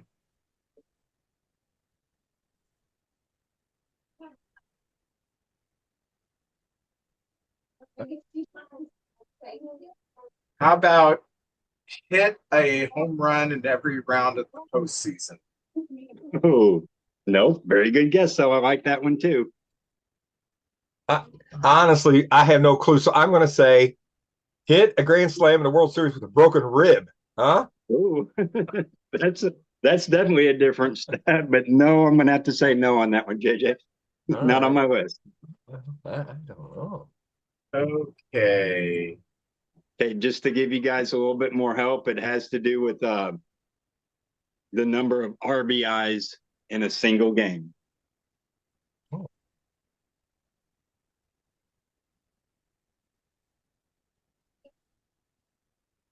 12 RBIs in a game. That is close, Vince, but no, that's not correct. JJ? Well, now we're playing the Price is Right. Basically, yeah. I'll do Basically, 9 RBIs in a single game because I think how about add one to it, JJ? Well, that's not fair. I know. It's only going to gain you 3 points, so you're up to 15. Can you tell me how many times that's been done? 10 RBIs in a game. In a single game. In a single game. I believe Otani did it when he hit that 50-50 record. I'm going to say 3. 16 times, believe it or not. 16 times. I did not know that. All How right. about that? Here's the totals, Vince. You have 37. JJ, you have 12. Or no, you got 15. 15, JJ. 15. So all right. Yeah. Don't shortchange me there. Vince wins the first round of the Battle Royal. Then. All right. That's Good job, great. Guys. Good job. And I do want to thank all the people who've helped me throughout the years.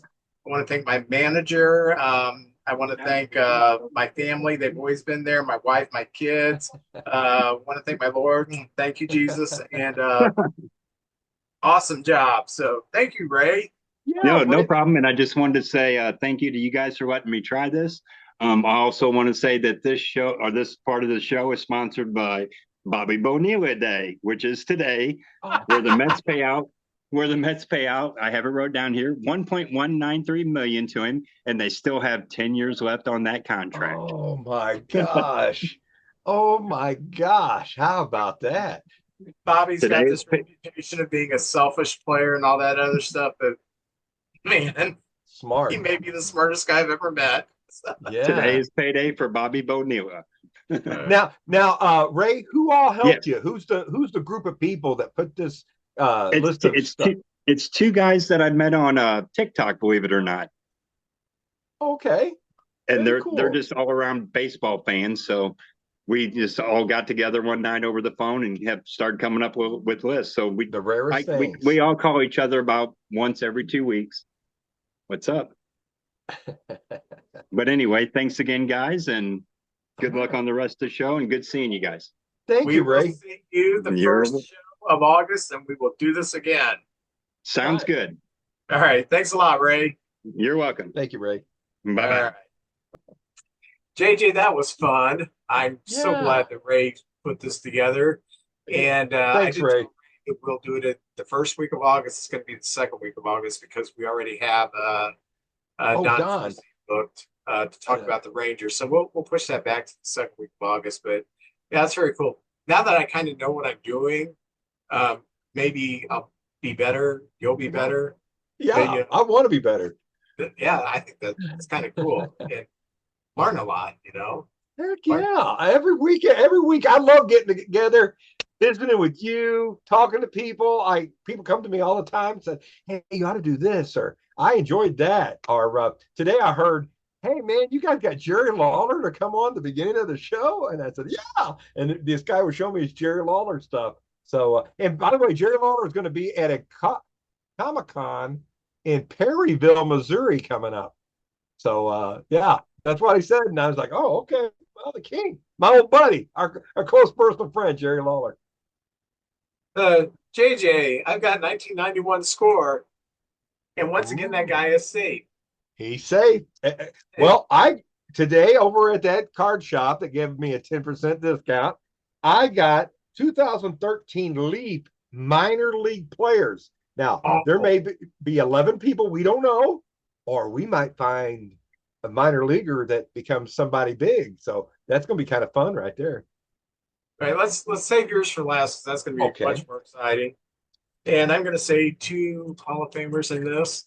I'm going to say 3 Hall of Famers. Wow. Hey, I'm going in. Last week I said 4, but admittingly, I was on Angel Dust last week. Yes, Angel Dust, a drug from the 70s to kill people. That's right. Oh.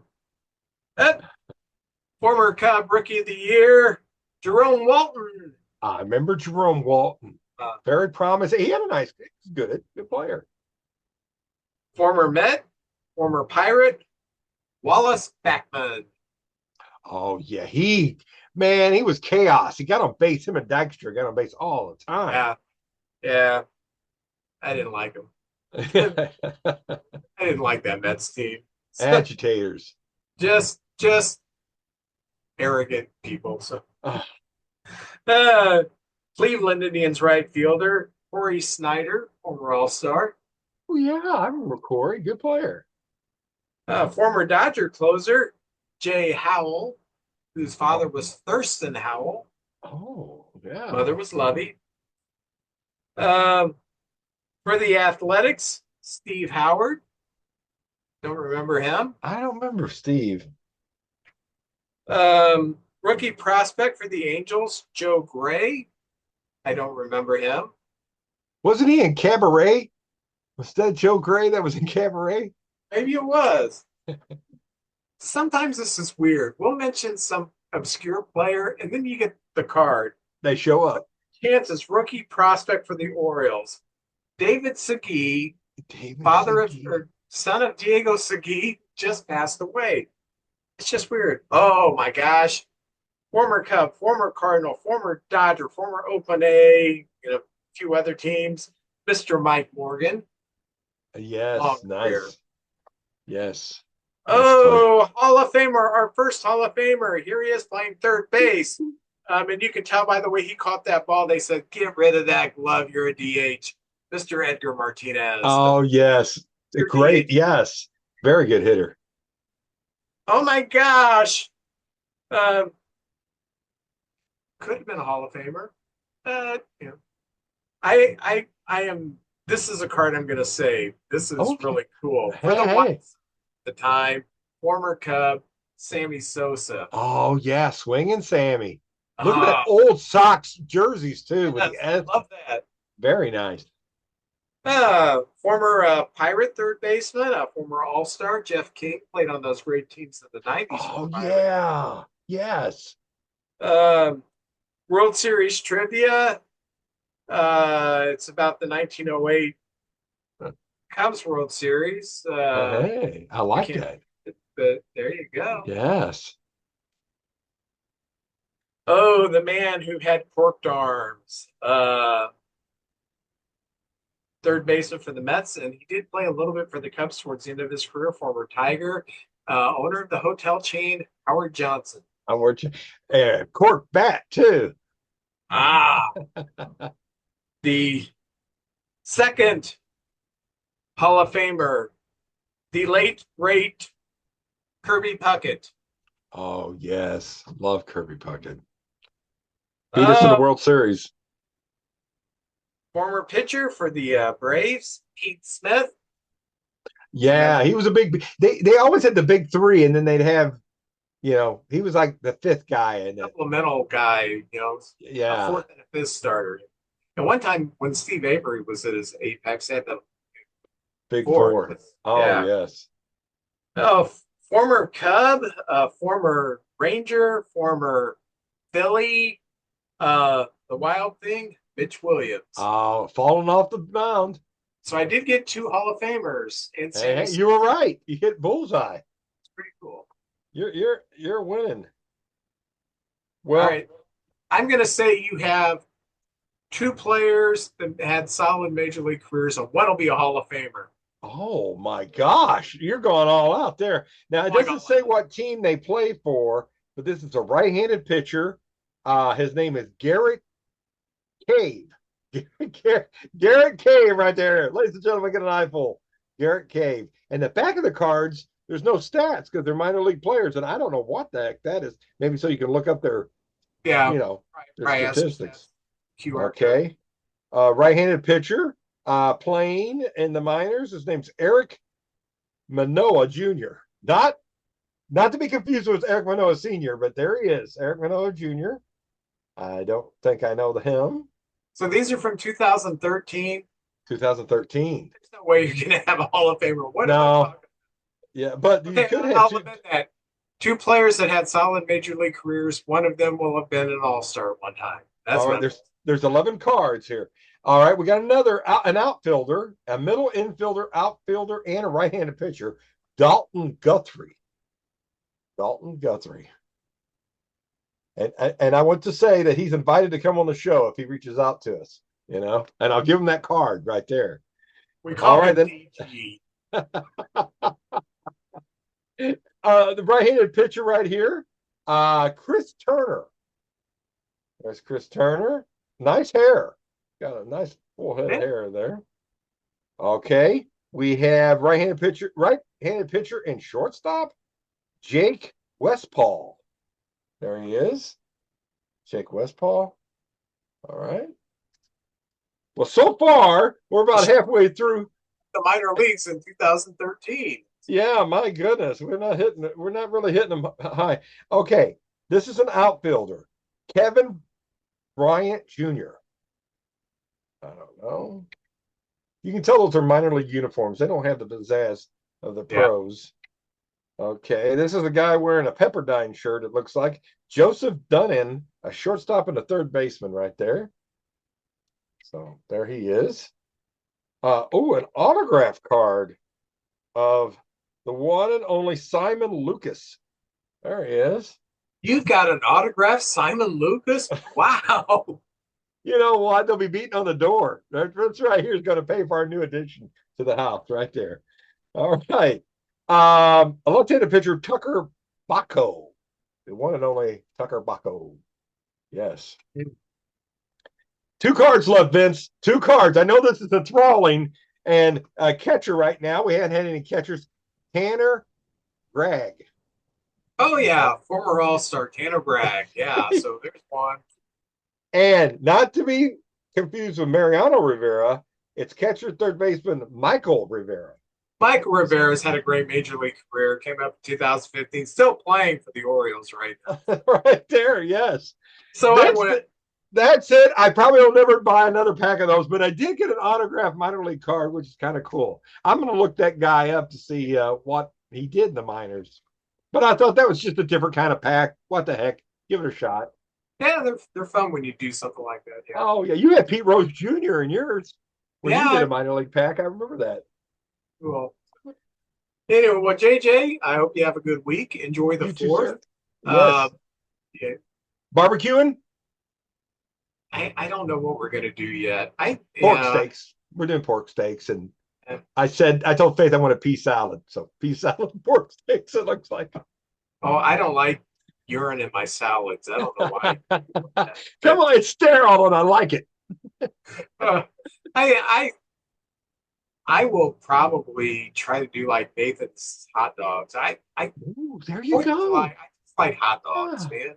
Yeah, you're right. You're right. Hot dogs it is. Yeah. So, well, JJ, you have a great 4th, and I will see you next week. And you take the next 5 weeks and you study hard. Oh, I'll study. So I'll be ready next time, Vince.